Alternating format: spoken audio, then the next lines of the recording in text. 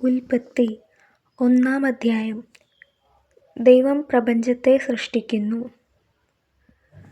ആദിയിൽ ദൈവം ആകാശവും ഭൂമിയും സൃഷ്ടിച്ചു. ഭൂമി രൂപരഹിതവും ശൂന്യവുമായിരുന്നു. ആഴത്തിനു മുകളിൽ അന്ധകാരം വ്യാപിച്ചിരുന്നു. ദൈവത്തിന്റെ ചൈതന്യം വെള്ളത്തിനു മീതെ ചലിച്ചുകൊണ്ടിരുന്നു. ദൈവം അരുളിച്ചെയ്തു, വെളിച്ചമുണ്ടാകട്ടെ. വെളിച്ചമുണ്ടായി. വെളിച്ചം നല്ലതാണെന്ന് ദൈവം കണ്ടു. അവിടുന്ന് വെളിച്ചത്തെ ഇരുളിൽ നിന്നും വേർതിരിച്ചു. വെളിച്ചത്തിന് പകലെന്നും ഇരുളിന് രാത്രി എന്നും പേരിട്ടു. സന്ധ്യയായി, പ്രഭാതമായി, 1-ാം ദിവസം. ദൈവം വീണ്ടും അരുളിച്ചെയ്തു, ജലമധ്യത്തിൽ ഒരു വിതാനമുണ്ടാകട്ടെ. അത് ജലത്തെ രണ്ടായി തിരിക്കട്ടെ. ദൈവം വിതാനമുണ്ടാക്കുകയും അതിനു താഴെയുള്ള ജലത്തെ മുകളിലുള്ള ജലത്തിൽ നിന്നും വേർതിരിക്കുകയും ചെയ്തു. അപ്രകാരം സംഭവിച്ചു. വിതാനത്തിന് അവിടുന്ന് ആകാശം എന്നു പേരിട്ടു.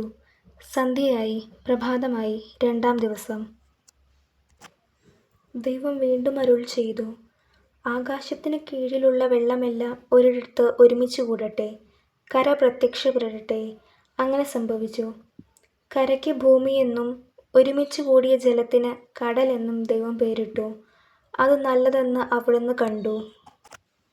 ദൈവം അരുളിച്ചെയ്തു, ഭൂമി എല്ലാത്തരം ഹരിതസസ്യങ്ങളും ധാന്യച്ചെടികളും വിത്തുകൾ കൊള്ളുന്ന ഫലങ്ങൾ കായ്ക്കുന്ന വൃക്ഷങ്ങളും മുളപ്പിക്കട്ടെ.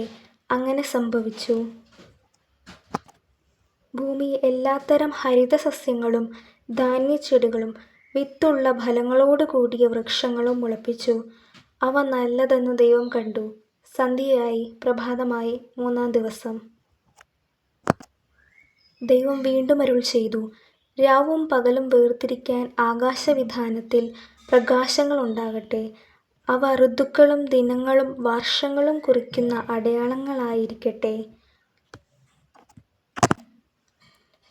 ഭൂമിയിൽ പ്രകാശം ചൊരിയാൻ വേണ്ടി അവ ആകാശവിതാനത്തിൽ ദീപങ്ങളായി നിൽക്കട്ടെ. അങ്ങനെ സംഭവിച്ചു. ദൈവം 2 മഹാദീപങ്ങളെ സൃഷ്ടിച്ചു. പകലിനെ നയിക്കാൻ വലുത്, രാത്രിയെ നയിക്കാൻ ചെറുത്. നക്ഷത്രങ്ങളെയും അവിടുന്ന് സൃഷ്ടിച്ചു. ഭൂമിയിൽ പ്രകാശം ചൊരിയുവാനും രാവിനെയും പകലിനെയും നിയന്ത്രിക്കാനും വെളിച്ചത്തെ ഇരുളിൽ നിന്നും വേർതിരിക്കാനും ദൈവം അവയെ ആകാശവിതാനത്തിൽ സ്ഥാപിച്ചു. അതു നല്ലതെന്ന് ദൈവം കണ്ടു. സന്ധ്യയായി, പ്രഭാതമായി, 4-ാം ദിവസം. ദൈവം വീണ്ടും അരുളിച്ചെയ്തു, വെള്ളം ജീവജാലങ്ങളെ പുറപ്പെടുവിക്കട്ടെ. പക്ഷികൾ ഭൂമിക്കു മീതെ ആകാശവിതാനത്തിൽ പറക്കട്ടെ. അങ്ങനെ ദൈവം ഭീമാകാരങ്ങളായ ജലജന്തുക്കളെയും കടലിൽ പറ്റം ചേർന്നു ചലിക്കുന്ന സകലവിധ ജീവികളെയും എല്ലാത്തരം പക്ഷികളെയും സൃഷ്ടിച്ചു. അവ നല്ലതെന്ന് അവിടുന്ന് കണ്ടു. ദൈവം അവയെ ഇങ്ങനെ അനുഗ്രഹിച്ചു, സമൃദ്ധമായി പെരുകി കടലിൽ നിറയുവിൻ. പക്ഷികൾ ഭൂമിയിൽ പെരുകട്ടെ. സന്ധ്യയായി, പ്രഭാതമായി, 5-ാം ദിവസം.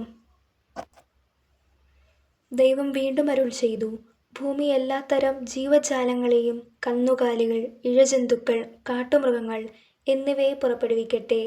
അങ്ങനെ സംഭവിച്ചു. അങ്ങനെ ദൈവം എല്ലാ ഇനം കാട്ടുമൃഗങ്ങളെയും കന്നുകാലികളെയും ഇഴജന്തുക്കളെയും സൃഷ്ടിച്ചു. അവ നല്ലതെന്ന് അവിടുന്ന് കണ്ടു. ദൈവം വീണ്ടും അരുളിച്ചെയ്തു, നമുക്ക് നമ്മുടെ ഛായയിലും സാദൃശ്യത്തിലും മനുഷ്യനെ സൃഷ്ടിക്കാം.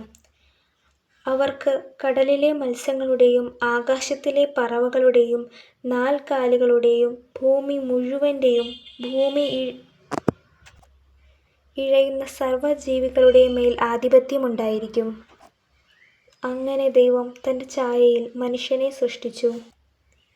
ദൈവത്തിന്റെ ഛായയിൽ അവിടുന്ന് അവനെ സൃഷ്ടിച്ചു. സ്ത്രീയും പുരുഷനുമായി അവരെ സൃഷ്ടിച്ചു. ദൈവം അവരെ ഇങ്ങനെ അനുഗ്രഹിച്ചു, സന്താനപുഷ്ടിയുള്ളവരായി പെരുകുവിൻ. ഭൂമിയിൽ നിറഞ്ഞ് അതിനെ കീഴടക്കുവിൻ.